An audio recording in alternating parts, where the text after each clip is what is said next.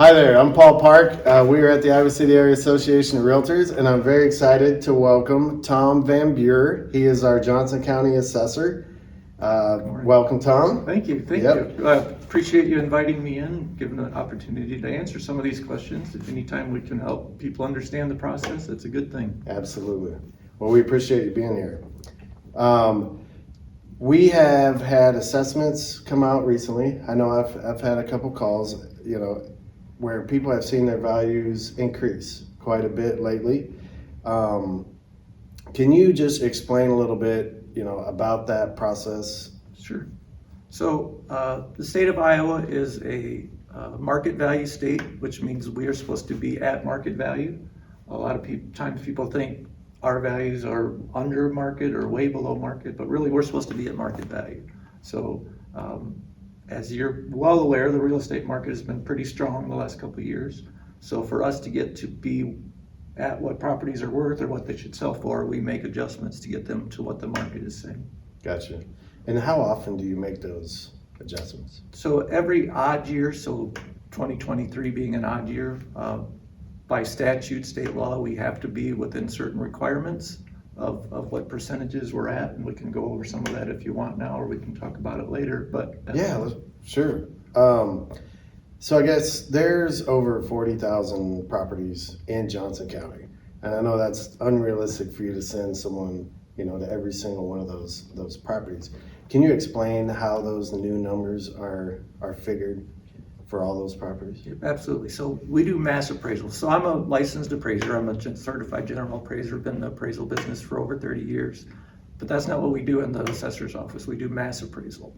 So an individual appraiser is going to go out and look at one property, pull comps for that one house, and do it. We do 40,000 in a year. So instead of doing individual valuations on each property, we do neighborhoods or townships or cities based on the sales that happen in that neighborhood or township or city. So of those 40,000, 45,000 parcels, about 25,000 of those are residential. So we use the residential sales to determine what our values are going to be for those.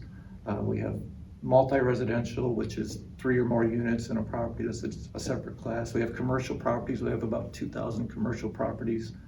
And then we have the rest are ag, and ag is a completely different topic. Ag is not based on market. Ag is based on productivity. Interesting. Gotcha. So Iowa City received their letters recently, a couple days ago. Yeah, right? So Iowa City has their own assessor. In Iowa, if you have a city of more than 10,000 people, they're allowed to have their own assessor. I think there's 7 or 8 city assessors left in the state. So they have their own, so they're separate, and they sent out their assessment rolls about a week ago. They hit their mailboxes last Friday. Got it. And so the rest of Johnson County, we can expect to see those. Yep, so they were mailed Wednesday. We expect them to show up today or tomorrow. Our Beacon website, I'm sure you're well aware of, those numbers will get changed tonight. So okay. Those will be live as of tonight too. Okay, got it. So I know, people see and they get those letters and they're like, holy cow, my property value just went up $100,000. I mean, that's a good thing, I guess. There's more value in there for that homeowner, but I know a lot of people are concerned, like, wow, what's that going to do to my mortgage rate? How is that going to affect? So can you explain what a rollback is? Yeah. So again, we want to get to value, to market value. So houses are most of our largest asset. So it increasing in value is a good thing for every reason except for possibly one. Your taxes might change. Mm-hmm. There's 3 numbers you need to calculate your taxes. The first is your assessed value. Again, that should be market value, what you could sell your house for. The second number is the rollback, or it's also called the assessment limitation. That number is determined by the state every year, and that is was created back in the 70s back to curb inflation. So back in the 70s, there was a similar kind of bubble that's going on right now with properties going up so quickly. So the state created this rollback, which limits the growth of any class, so like residential class of properties, to 3% in a year. Okay. So, for example, our current rollback is 54% on residential properties. What that means, so if your assessment is $100,000, your taxable value is then $54,000. So you take your assessed value multiplied by the rollback to get your taxable value, and then you apply the millage rate or the tax rate to the taxable value to get what your taxes are. Got it.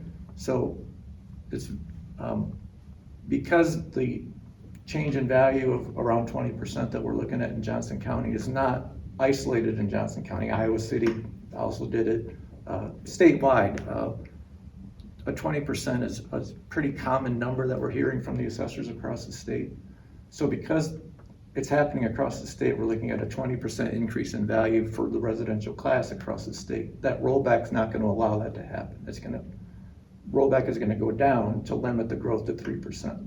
So we anticipate the rollback to drop from 54% to more like 46% or so next year. So your taxable value is going to go down also. And it has to happen. It's in the law. It will definitely go down. We just don't know what the exact number will be. Can you explain for me a little bit more about the 3% limit? Yep. So let's say, again, we're looking at a statewide issue. So let's just say the residential properties across the state equal to $1 billion. We'll just use a round number to say. And we're looking at a 20% increase. So then it would be $1.2 billion. Well, because of the rollback, it's going to limit that growth to 3% taxable value. So your assessed value would still be the 1.2 billion there, but your taxable value is only going to increase by 3%. So it's hard to talk about it without, for me, I'm a numbers guy, so seeing the numbers on a piece of paper would make more sense. And I did include a letter with our assessment rolls that are going out. They're available on our website as well. That kind of goes a mathematical example covering a 3-year span of what your taxes would look like based on a rollback change and a value change. Right. I think it's important for the public to understand that because of inflation, because of these, obviously a lot of people realize that, 2020 was a seller's market, multiple offers, values are going to skyrocket, but there are things in place so that, your mortgage payment, for instance, isn't going to dramatically change where all of a sudden you're not going to be able to afford the house you're living in. There's measures in place to make sure it doesn't, to curb the intensity of that increase. Yep. Another thing people don't commonly understand is how and when our tax system works. So the values we're sending out is your 23 value. We don't pay taxes on that till 18 months later. So the tax bill that you receive on this new valuation won't happen until September of 2024. And that rollback number won't come out until December. The third number, the levy rate that determines your taxes, won't come out until like next July. So people want us to know what their taxes are going to be based on that. We really don't know exactly. We can estimate, but it's hard to know exact numbers. But it's safe to say that there'll be no changes, to their mortgage payment or their property tax payment if some people don't have that, escrowed into their mortgage until the fall of 2024. Correct. So just because you're seeing these numbers now, it's good to, plan accordingly because there will be, there will be an increase in your taxes. It won't be a 20% increase, but there definitely will be an increase. Right. But not until the fall of 2024. Right. But people could start planning now, and maybe, once the bank says, hey, there's going to be an escrow shortage, that you're not going to be caught off guard. But you do have until the fall of 2024 to prepare for that. Right. Right. So is that the same with commercial values? Are those? So they've increased commercial too? values do the same process, but the numbers are different. So again, we have to look at every sale that happened in the commercial properties. For Johnson County, we had, I think, 45 commercial sales last year. Our ratio on those was 87.5. Good. So again, we have to be between that 95 and 105 ratio number. So we raised commercial values to about 99%. So we're looking at about a 12% increase in commercial properties as well.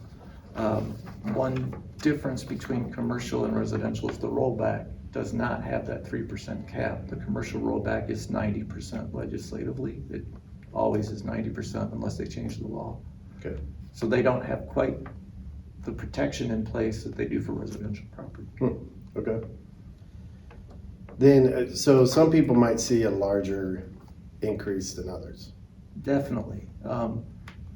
You know, one of the primary rules of real estate is location, location, location. So you could have the same house sitting in 5 different places in Johnson County. It's going to be worth 5 different things. You know, it might be sitting on the lake, or it might be down in Lone Tree, or it might be, you know, whatever. The location has a big effect. And that's why we don't allow the equalization process to change everything across the board. We look at every neighborhood, look at the sales that are happening in that neighborhood to get to market value.